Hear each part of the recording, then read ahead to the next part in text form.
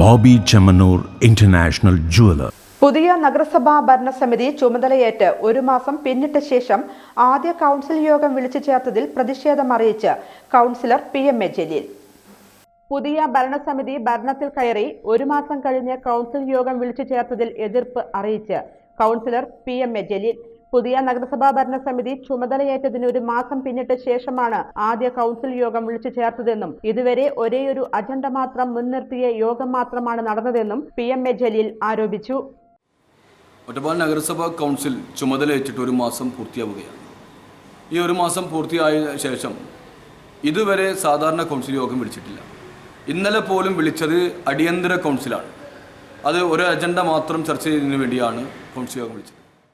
ഈ വർഷത്തെ പദ്ധതി വിഹിതം ചർച്ച ചെയ്യുമ്പോൾ കഴിഞ്ഞ വർഷത്തെ വാർഷിക പദ്ധതി സംബന്ധിച്ച വ്യക്തമായ വിവരങ്ങൾ പോലും നിലവിലെ കൗൺസിലർമാർക്ക് നൽകിയിട്ടില്ല എന്നും ഇതുമായി ബന്ധപ്പെട്ട് ഒരു മാസം മുൻപ് നൽകിയ കത്തിന് ഇതുവരെ മറുപടി ലഭിച്ചിട്ടില്ലെന്നും ജലീൽ ആരോപിച്ചു.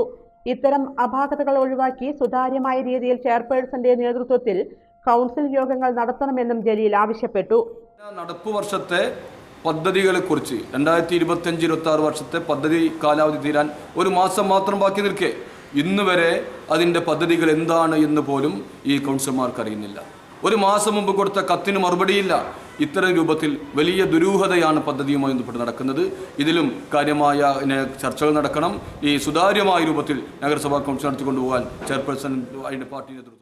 കുടിവെള്ള പദ്ധതി, തെരുവ് വിളക്കുകളുടെ തകരാറുകൾ, പ്രദേശത്തെ വ്യാപകമായി റിപ്പോർട്ട് ചെയ്യപ്പെടുന്ന മഞ്ഞപ്പിത്തം ഉൾപ്പെടെ ജനജീവിതത്തെ നേരിട്ട് ബാധിക്കുന്ന നിരവധി വിഷയങ്ങൾ ചർച്ച ചെയ്യേണ്ട പ്രധാന വേദിയാണ് നഗരസഭാ കൗൺസിലെന്നും എന്നാൽ ചെയർപേഴ്സന്റെ നേതൃത്വത്തിൽ ഇത്തരം വിഷയങ്ങൾ ചർച്ച ചെയ്യാൻ ഇതുവരെ സാധിച്ചിട്ടില്ലെന്നും ഇന്നലെ വരെ ചേർന്നത് അടിയന്തര കൗൺസിൽ യോഗം മാത്രമായിരുന്നുവെന്നും ഇത് ജനാധിപത്യ സംവിധാനത്തോടുള്ള വെല്ലുവിളിയാണെന്നും അദ്ദേഹം വ്യക്തമാക്കി.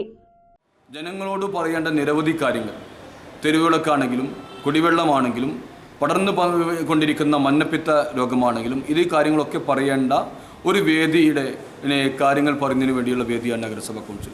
പക്ഷേ നഗരസഭാ കൗൺസിൽ വിളിച്ചു ചേർക്കാൻ ചെയർപേഴ്സണോ ബന്ധപ്പെട്ട ആളുകളോ തയ്യാറാവുന്നില്ല. ഇത് ജനാധിപത്യത്തോടുള്ള വെല്ലുവിളിയാണ്.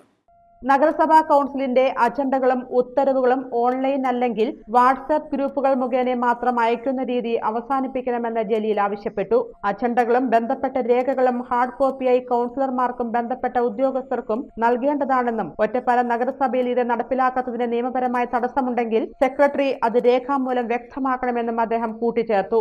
മാത്രമല്ല ഈ നഗരസഭാ കൗൺസിലിൻ്റെ ഈ അജണ്ട ഉൾപ്പെടുന്ന കാര്യങ്ങൾ ഈ ഓൺലൈനായി ആളുകൾക്ക് കൊടുക്കുക, വാട്സപ്പിലൂടെ അതുപോലെ തന്നെ ഇമെയിലായിട്ടൊക്കെ കൊടുക്കുക. ഇത് നിർത്തൽ ചെയ്യണം. ആളുകൾക്ക് ഇതിൻ്റെ കോപ്പികൾ, കൗൺസിലർമാർക്ക് ബന്ധപ്പെട്ട ആളുകൾക്ക് ഇതിൻ്റെ ഫിസിക്കൽ കോപ്പി തന്നെ നൽകണം. ഇത് സർക്കാർ നിയമമാണ്. ഒറ്റപ്പാലം നഗരസഭയിൽ നടക്കില്ല എന്ന് പറയുന്നുണ്ടെങ്കിൽ നഗരസഭാ സെക്രട്ടറി ഇത് രേഖാമൂലം എഴുതി തരണം. ആ രേഖാമൂലം എഴുതി തരുന്നതോടുകൂടി തീരുമാനമാകുന്നത്.